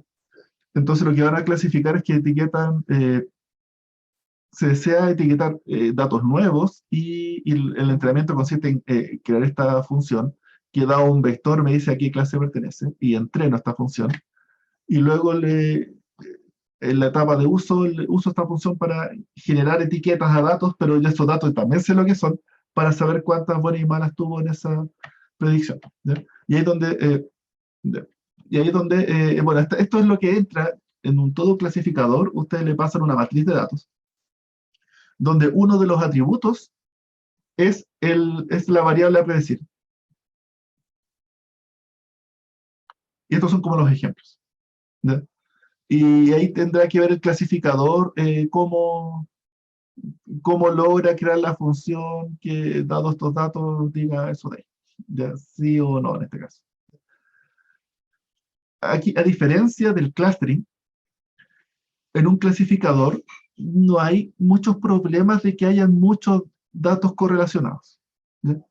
¿Ya? O sea, si ustedes le ponen esto que le decía, por ejemplo, tengo clientes, tengo cuánto me compró un cliente, cuando me compró este mes, el mes pasado, hace 2 meses, hace 3 meses, y tengo 12 atributos con todo lo que me compró en cada uno de los meses, y cada 3, y promedio también, qué sé yo.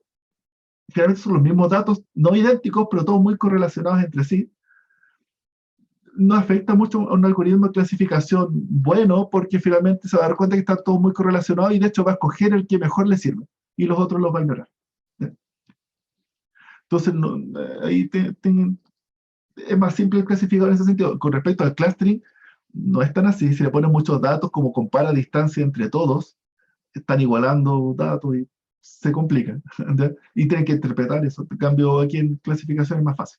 Pueden ponerle harto atributo. ¿Sí? ¿Pregunta? Profe, ahí mencionó acerca de la correlación de los atributos, ¿Sí? que no importaba mucho, pero ¿qué pasa en la etapa de entrenamiento? Igual No hay problema.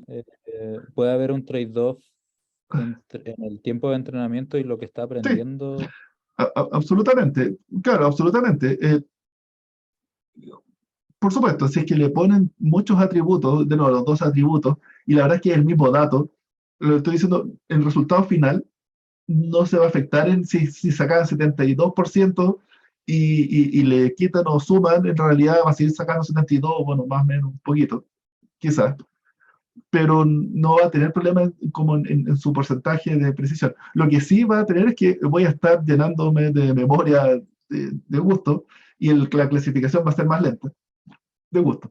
Entonces, pero a veces uno le pone varios correlacionados para que escogen, una vez era esta, una vez era esta, y ahí uno logra marginar un poquito, un 0,1, un 0,5 que uno busca. Pero claro, si se pasan, en realidad si le ponen 20 atributos iguales, están ganándose esperar más rato por nada, o por muy poco. ¿Ya? Bien. Pero el problema es distinto. Ya no es con respecto al clustering, que le ponen muchos atributos, pueden que arruinen aquí, le ponen muchos atributos, no lo arruinan, o lo arruinan, pero en el tiempo solamente. El tiempo que tienen que esperar. Ya, ¿qué tengo que decir aquí? Ahí es el atributo clasificar.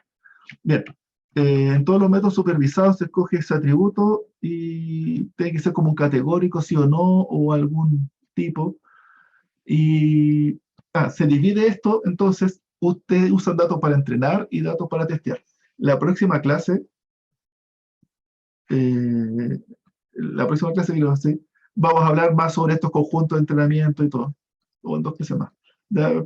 Porque eso, al menos a priori, que el concepto que yo creo que es más fácil de usar se llama el holdout, que ustedes toman sus datos etiquetados y una parte del test lo guardan, no lo miran nunca más. Y después empiezan a entrenar y en los datos de entrenamiento los pueden usar y a veces se subdividen en lo que se llama entrenamiento y validación, o los pueden ir y volver a hacer lo que quieran ahí con entrenar. Y una vez que están listos y creo que ya tienen un buen modelo, finalmente usan el test. ¿Ya? Y el test no lo miran, no lo tienen que ni mirar mucho, para que sea, si ustedes no lo miran mucho, entonces este conjunto de test es como un buen predictor de datos futuros, de datos que nunca han visto. Si ustedes miran mucho el test, entonces ahora el test ya no es una buena muestra de datos que no han visto, que ya lo han visto ustedes. ¿Ya? Y uno quiere clasificar datos que uno nunca ha visto. ¿Ya? Nadie quiere clasificar datos que están etiquetados, pues eso está etiquetado. ¿Ya? Entonces, este conjunto de test, holdout es lo más importante, es como lo clave que yo espero que separen cuando están partiendo a clasificar. Bueno, lo vamos a repasar esto porque es como súper importante. Lo vamos a repasar en la otra clase. Bien. ¿Cómo se evalúa? Finalmente hay algo que se llama la matriz de confusión, ya que ustedes lo tienen claro. Esta es la otra clase que vamos a hacer esto. Porque aquí está la matriz de confusión, yo creo que lo tienen que haber visto, ¿cierto? Y ahí están los tipos de errores que se cometen y los tipos de correctas que tiene. Pero después uno puede calcular distintos otros indicadores que son como una... Espero que este gráfico se lo pueda explicar en otra clase, cómo hacerlo. Y ahí espero que ustedes lo calculen Y estas curvas ROC que yo creo que usualmente los alumnos la han escuchado, pero nunca saben cómo se crean. La vamos a repasar después más adelante. Bien. dentro de los distintos clasificadores,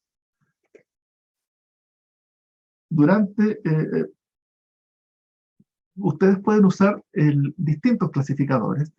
Aquí les puse los más comunes: regresión logística, bayesiano, árbol de decisión, clasificador KNN, SVM, redes neuronales. ¿Ya?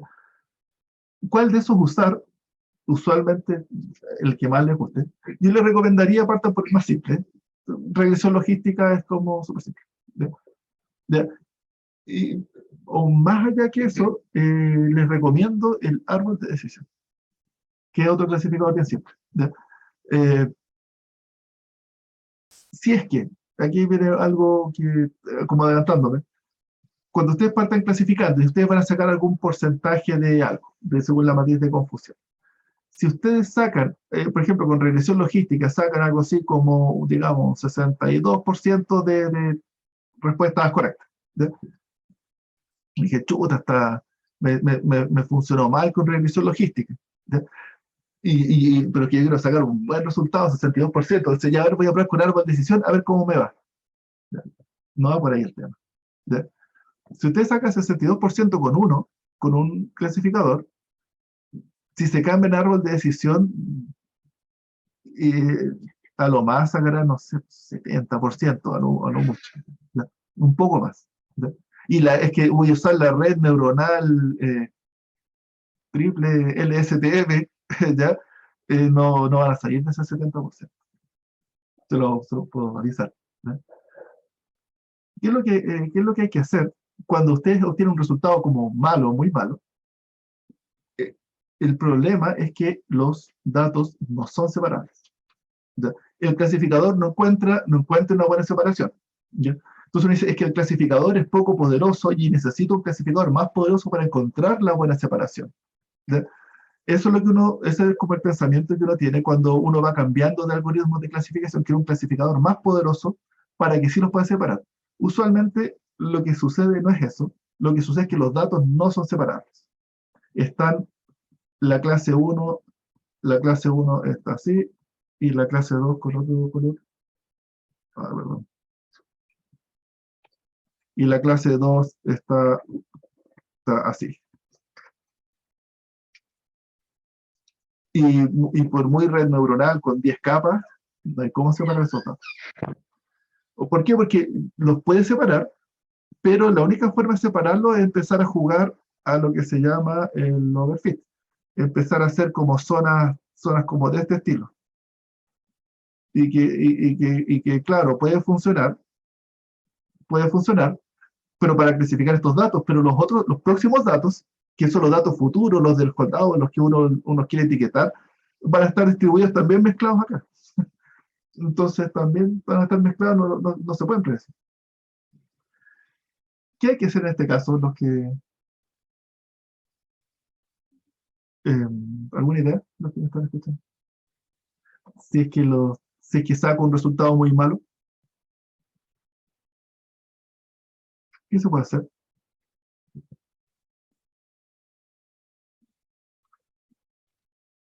Cambiarse de algoritmo de clasificación no va por ahí. ¿Qué otra cosa se puede hacer? Analizar los regresores, las variables, ver si es que se pueden sacar, ver correlaciones posibles que tengan entre ellas, pero analizar el punto, o sea, analizar el tema desde la data que ingresa, más que en primera instancia, antes que estar mirando, tunear el algoritmo. Exactamente. Exactamente. Si con red neuronal sacan 70, no se pongan, que necesito un 90, entonces me pongo con más capas, lo voy a lograr. O sea, igual hay que probar un poquito, pero no gaste mucho tiempo en eso, porque el tema, como bien decía Francisco, es al inicio, en la primera slide, la representación. Ese es el problema. Es que están sacando malos atributos. Los atributos no están discriminando el comportamiento que ustedes quieren clasificar. Si quieren clasificar los clientes buenos de los malos, tengo que ponerle atributos que los separen de esas clases. ¿Sí? Y si le estoy poniendo datos que como la fecha de nacimiento, la edad, que no tiene nada que ver, estoy mezclando clases, y las clases están todas mezcladas y no hay criterio que las separe, no hay red neuronal que las separe, porque los datos están mezclados. ¿Y por qué? Porque estoy usando atributos que no tienen que ver con, el comportamiento que quiero modelar. Eso significa que si les va mal, tienen que ir y pensar de nuevo qué otro atributo puedo agregar acá. ¿Ya? Y uno tiene que ponerse a pensar en el problema, entonces. Los clientes que son buenos clientes. Finalmente, ¿qué es lo que hace que yo sea un buen cliente? Me viene a comprar. Y ahí uno se pone a pensar cosas y ahí uno va inventando y va probando con nuevos atributos. O quizás me faltan datos, tengo que traer datos de otra parte. Espero que vean que ese es el gran problema y que ese es como, mi opinión, el mensaje del taller. ¿Ya?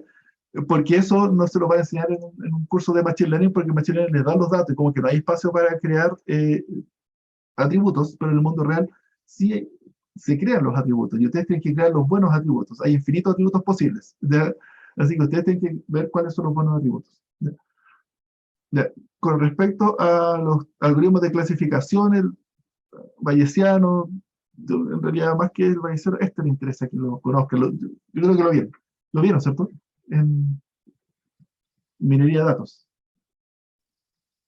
¿Sí? Bien. Ya. El árbol de decisión, úsenlo. ¿Por qué? Porque más allá del resultado de clasificación y la matriz de confusión que pueden conseguir y todo, tiene un output muy interesante, que es el árbol de decisión. Bueno, como su nombre lo indica, el árbol. Aquí está diciendo que este primer atributo es el más importante para discriminar tipo 1 de tipo 2. Ingreso 900.000, menor o mayor, hace una buena separación porque después tiene que mirar la edad y lo separa. Y aquí mira el estado civil y la edad lo separa, no. Pero la primera decisión dice, lo más importante para ir separando las clases es el ingreso para este problema. Y eso es conocimiento, eso es data science. Es empezar a ver, quiero modelar un comportamiento y puedo tratar de entender por qué se da ese comportamiento. ¿Ya? Entonces, esto es bien útil porque en los proyectos de data science, ok, el clasificador es un objetivo, pero también un objetivo es entender del problema, entender el negocio en el sentido del problema real que estoy trabajando. Y esto, además de clasificar, me da luces de cómo se hace esto. ¿Ya? No así una red neuronal. Una red neuronal es eso y uno no puede saber mucho más allá del criterio que está usando. ¿Ya? Así que el árbol de decisión es súper útil si lo prueban y después lo miran. ¿Ya? A uno mismo le da luces después también para ver si es que tengo que traer nuevos atributos. O más atributos, quizás el ingreso, la edad, quizás, y ahí no se pone creativo. Así que, bueno, el Random Forest es una mejora que también se puede interpretar. El Random Forest son varios árboles.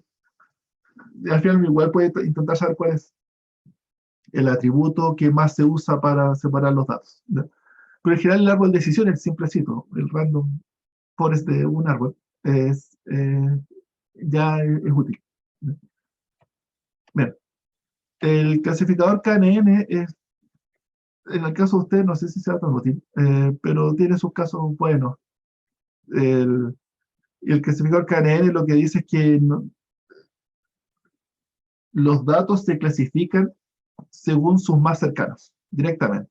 No hay un modelo de clasificación, ni frontera, ni una fórmula de algo, sino que tengo mi dato de entrenamiento y tiene el nuevo que no sé qué es lo que es, y busco los más cercanos, y aquí tengo los 5 más cercanos, y entre ellos digo lo más repetido, a tipo 2, entonces este es tipo 2. Se parece mucho a los tipos. Es como tratar de justificar, por ejemplo, en un juicio, o no, el anterior, el que le dije del compin de la licencia médica. Me rechazaron esta licencia. Chuta, ¿por qué? Y uno va y demanda, ¿por qué me la rechazan? No, es que el sistema dijo eso.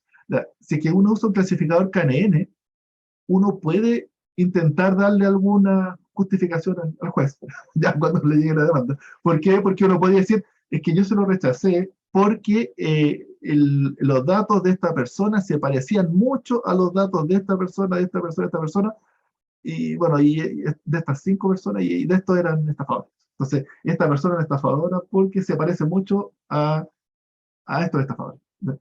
Ahora, si el juez acepta esa justificación, Claro, ahí ya depende del juez. Ya, pero por lo menos uno puede tratar de dar alguna razón. ¿Se entiende? ¿Alguna pregunta? Se los comento este clasificador KNN porque ese igual de repente sirve. O por lo menos como un... Quizás no que el sistema no decida directamente a rechazar la licencia en este caso, pero sí por lo menos te puede decir, le puedo dar al usuario el dato, mira, de esta licencia, mira, acá tengo 5 licencias muy parecidas. Y sucedió eso con esta licencia. Y ahí la persona decide, toma la decisión, pero por lo menos uno lo apoya. ¿Ya? Así que esto a veces sirve. Depende del problema, por supuesto. Ya, bla, bla, bla. El Super Vector Machine, el SVM, es súper bueno. Era lo mejor que había hasta antes de las redes neuronales actuales. De hecho, mejores que las redes neuronales. Eh, el tema es que es muy lento. Pero, ¿lo vieron ¿cierto? El Super Vector Machine? ¿Sí o no? Sí, también. ¿Sí? Bien. Eh, en mi opinión, lo mejor, no solo en mi opinión, sino que, como bien demostrado, que esto tiene los mejores resultados siempre. ¿Ya? Si es que los datos son separables, los puedes separar. ¿Ya? Y en forma óptima, porque acá hay un algoritmo de optimización que se llama el encontrar la frontera que maximiza el margen, se llama. El margen que es esta distancia ahí. Entonces, como que trata de hacer la frontera de separación bien equilibrada. ¿Ya? Entonces, para datos nuevos, en realidad tiene un buen espacio ahí como para que caigan datos nuevos, entonces generaliza bien. ¿Ya? El tema es que es muy lento, ¿no? Eso sí. Como un algoritmo de optimización por ahí, si quieren aprender de esto, se lo voy a dejar, no se lo voy a leer. Ya. Está descuadrado. Pero algo que aquí que encuentro bonito de esto es que del Super Vector Machine es que hay un kernel que lleva los datos a dimensiones más altas, porque el SVM separa por medio de planos, de un separador lineal, pero puede crear formas no lineales si es que los datos los aumentamos de dimensión en forma artificial. Si los aumentamos si los llevamos a una dimensión más alta, ahí se pueden encontrar planos que los separen, planos simples en esta dimensión más alta, que cuando se devuelven a la dimensión original, aparecen formas más difíciles, formas más complejas. Entonces el SVM puede crear formas complejas, ¿ya? Pero lo que hace es que en realidad crea formas simples en un espacio de más alta dimensión. ¿Ya? Y eso de llevar al espacio más alta dimensión es la clave para separar los datos. ¿Ya? Y eso es lo que tiene que ver con las redes neuronales. ¿Ya? Las redes neuronales tienen un vector de entrada y estos vectores van pasando por capas. ¿Cierto? Entonces aquí tengo un número de 5 dimensiones que es su vector y esto va pasando por operaciones y cuando va pasando por acá aparecen vectores de datos. 1, 2, 3, 4, 5, 6, 7. Acá, este dato de dimensión 5 se llevó a un espacio de dimensión 7 según alguna fórmula, que es la que tiene que ver con los pesos. Y luego se llevó a otro espacio de dimensión 7 según esta otra fórmula. Y luego aquí, en esta dimensión 7, eran bien separables porque luego lo llevo a dimensión 3 y los datos están separados. Espero que vean que las redes neuronales es hacer operaciones entre espacios vectoriales y cómo los datos los voy moviendo entre espacios para lograr separarlos. ¿Ya? Que era la idea del Super Vector Machine. Simplemente todos tienen que hacer esto para separar los datos. ¿Ya? Eso, pero lo encuentro como bien interesante ver este cine entre Super Vector Machine y redes neuronales. ¿Ya? Y la gracia del Super Vector Machine es que el Super Vector Machine es una optimización, encuentra el mejor plano que separa todo. En la red neuronal tiene puros problemas, ¿cierto? Que el overfit, que los pesos en inicialización, learning rate, y no sé, un montón de cosas puros problemas para lograr después el mismo resultado que uno logra con el Super Vector Machine. Por eso es que las redes neuronales se conocen hace tiempo, pero no eran usadas. Porque en este caso, dado un vector de entrada y un vector de salida, la red neuronal no es una buena solución. El Super Vector Machine es mucho mejor. Es más lento, sí. Quizás esto es más rápido. Pero el árbol de decisión realmente es algo parecido. Entonces, ¿alguien me puede decir por qué estamos hablando de redes neuronales entonces? Le estoy diciendo que las redes neuronales no son muy buenas. O me estoy equivocando, quizás. Estoy equivocado. ¿Por qué sabrá que las redes neuronales son tan maravillosas? ¿No? ¿No? Pruébenlo. Bueno, en el taller, si quieren hacerlo, ustedes tienen que probar por lo menos un par de clasificadores sobre los datos, cosa que vean ahí y se convenzan de que sacan los mismos resultados. ¿Sí? Pero ¿por qué? ¿Alguien tiene alguna respuesta? ¿Por qué serán las redes neuronales tan famosas? Porque en operaciones lineales consigue resultados como no lineales. El supervector machine también, ¿no? Para este caso, para la red tipo multilayer perceptron, es una solución con muchos problemas con muchos problemas. Ajustáis estos de acá, que el overfit, y que hay que empezar a jugar con el overfit. Es muy poderosa y tiende al overfit, ¿ya? Entonces, los otros algoritmos son más simples y logran el mismo resultado. ¿Por qué estamos hablando de redes neuronales? No es por esta red neuronal existe de los años 80. ¿De? Y se conocen de ahí, y de ahí nos hablan de redes neuronales. Todo se empezó a hablar, bueno, aquí, esto cómo se entrenan, bla, bla, bla. Ya no quiero hablar de esto, que me queda poco tiempo. Todo llegó por este problema. Cuando queremos clasificar una imagen, una red neuronal típica tiene que clasificar vectores. El supervector machine clasifica vectores. El árbol de decisión clasifica vectores de cierta dimensión. Todos clasifican vectores. ¿Cómo clasifica una imagen? Una foto. 640 por 480 por 3 canales. Está difícil. ¿Y qué es lo que hay que hacer? Se clasifican, hay que convertir esto, antes se convierte esto a vectores por medio de calcularle atributos, por ejemplo, histogramas de color, tratar de ver cómo esta forma, unos bordes, unos ángulos, y ahí trato de ver atributos que me permiten entender cómo es un avión, cómo es un gato, tratar de ver estas esquinas de acá, un ojo, por esto también tiene esquina y ojo, entonces cómo diferencio un ojo de un ojo de gato de un ojo de perro. ¿Ya? Ya, eso, orejas de gato, orejas de perro, son súper parecidas. Entonces, ¿cómo no puedo hacer eso? Ya, este es el problema donde hay que convertir una imagen a vector. Está difícil.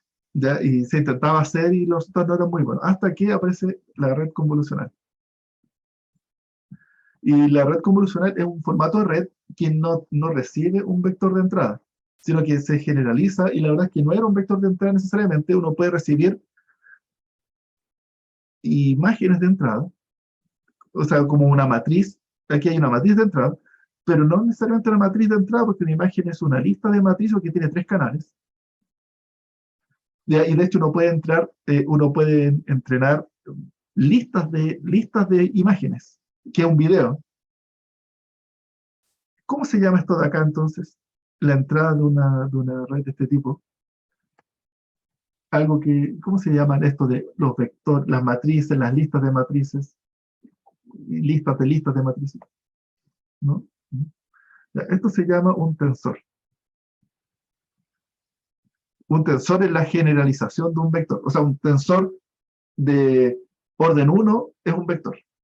Un tensor de orden 0 es un número. De orden 2 es una matriz, de orden 3 es una lista de matrices. ¿Ya? Entonces, con la red convolucional fue la gracia de poder entrenar usando ya no vectores, sino que cualquier cosa con números estructurados en forma de tensor. Y eso hizo los super resultados. ¿Por qué? Porque ahora puedo ingresar imágenes, voy haciendo convoluciones y voy analizando la imagen y voy calculando vectores entre medio y luego los clasifico. Entreno, es como que voy revisando la imagen, ese cuadradito que se movía ahí, lo que hace es que va mirando acá patrones visuales que discriminan lo que es un avión de un gato o un perro. ¿Vieron en clase algo de redes convolucionales? ¿En algún curso? ¿Sí? La red convolucional, en principio, bien. Entonces ahí les presento que si estamos hablando de redes neuronales y todo es por las redes convolucionales, en principio, pero después se fueron dando cuenta que esto de los tensores está súper bueno, Y de hecho, porque después lo bonito de la red, la MLP, la típica que recibe vectores, es que esa está acá. Entonces, en realidad, una red convolucional es la parte de las convoluciones, pero como se une con una red MLP. Entonces, en realidad, son puras redes que van jugando con tensor y se van enganchando entre sí. Y uno puede hacer cosas súper interesantes uniendo redes y distintas arquitecturas, ¿cierto? Y todo dentro del mismo concepto de operaciones que van ocurriendo en la red. ¿Ya? Ahí los resultados son maravillosos. ¿Ya? Pero por sí misma, la MLP, que les comentaba al inicio, bueno, la que tenía más, esta MLP, ni un brillo, ya, por decirlo coloquialmente. Pero si las redes convolucionales y el STM y todo, ahí la cosa se hace súper, súper buena, ¿ya? Súper bien, y ahí, y esos son los resultados que estamos teniendo ahora. ¿Y cuál es la gran diferencia? Es que no recibe un vector de entrada, sino que recibe un dato más crudo, la imagen directa, en la secuencia de audio directamente, el trozo de video directamente. Y uno analiza cómo analizar el video para decir si es que es un video chistoso o no. Analizo la onda de audio, el MP3, digamos, ¿ya? Analizo para ver que me diga qué palabra hay ahí. ¿Ya? Y me dice, este audio dice hola, en este audio dice chao. Y aprende a analizar imagen, analizar audio. Y ahí los resultados se hacen fantásticos. ¿Ya? Uno podría ser, aquí, bueno, aquí en el mundo del podría ser, poner muchos datos de todos mis clientes, pero así como las matrices de todos mis clientes en todo el tiempo, y que una red convolucional busque cuál es el patrón que me permite encontrar mis mejores clientes. ¿Ya? Y analiza a los clientes, pero le paso todos los datos crudos de todo el tiempo. ¿Ya? Ya, eso se lo digo, nunca lo he hecho, porque en realidad no es tan simple. ¿Ya? Pero esa es como la gracia, esas arquitecturas distintas. La red MLP, por sí misma, son puros problemas y pocos beneficios. Y así que si ustedes tienen como datos de este estilo, ahí funcionan las redes, pero si que van a tener datos sacados de base de datos en forma de vectores, o sea, poner las redes, para que digan que lo hicieron. Pero la solución no va por ahí. Bien, esa es la última slide que les quería mostrar. ¿Alguna pregunta? ¿No? ¿No? ¿Tienen preguntas? Espero, en este resumen, que es como el inicio del taller, lo que acabo de hacer es tratar de hacer una especie de resumen de estas dos tareas, clustering y clasificación. Uy, me salté esto del cluster. Ya lo hablamos el lunes, entonces, para hablar más de clustering. Sí, el lunes les voy a hablar un poco de clustering, que el lunes cuando partimos oficialmente con clustering. ¿Ya? Pero les voy a subir estas slides ahora. Bien. ¿Alguna pregunta? Ya, espero que entonces tengan un poco más claro lo que se espera para las próximas 2 semanas. La próxima semana clustering, la siguiente semana clasificación. Al menos más claro el clustering, que la próxima semana, entonces, el lunes van a empezar a buscar grupos y ahí los voy ayudando. ¿Ya? El lunes vamos a partir entonces con una clase repasando un poco de lo que tienen que hacer y luego ahí trabajan en su proyecto. ¿Ya? Y eso, y para ahora, es lo que nos queda, si no hay más preguntas, ahora pueden trabajar en su presentación para el próximo sábado. El próximo sábado nos juntamos a las 9 de la mañana. ¿Ya? Presentan en el orden que definamos al inicio. ¿Ya? Va a ser con la rúbrica de evaluación de lo mismo que hicimos la vez pasada. ¿Ya? Y tienen que responder esas preguntas que le di. ¿Ya? Yo creo que espero haber sido más o menos claro con eso. ¿Ya? A ver si... bueno, eso. ¿Alguna pregunta entonces?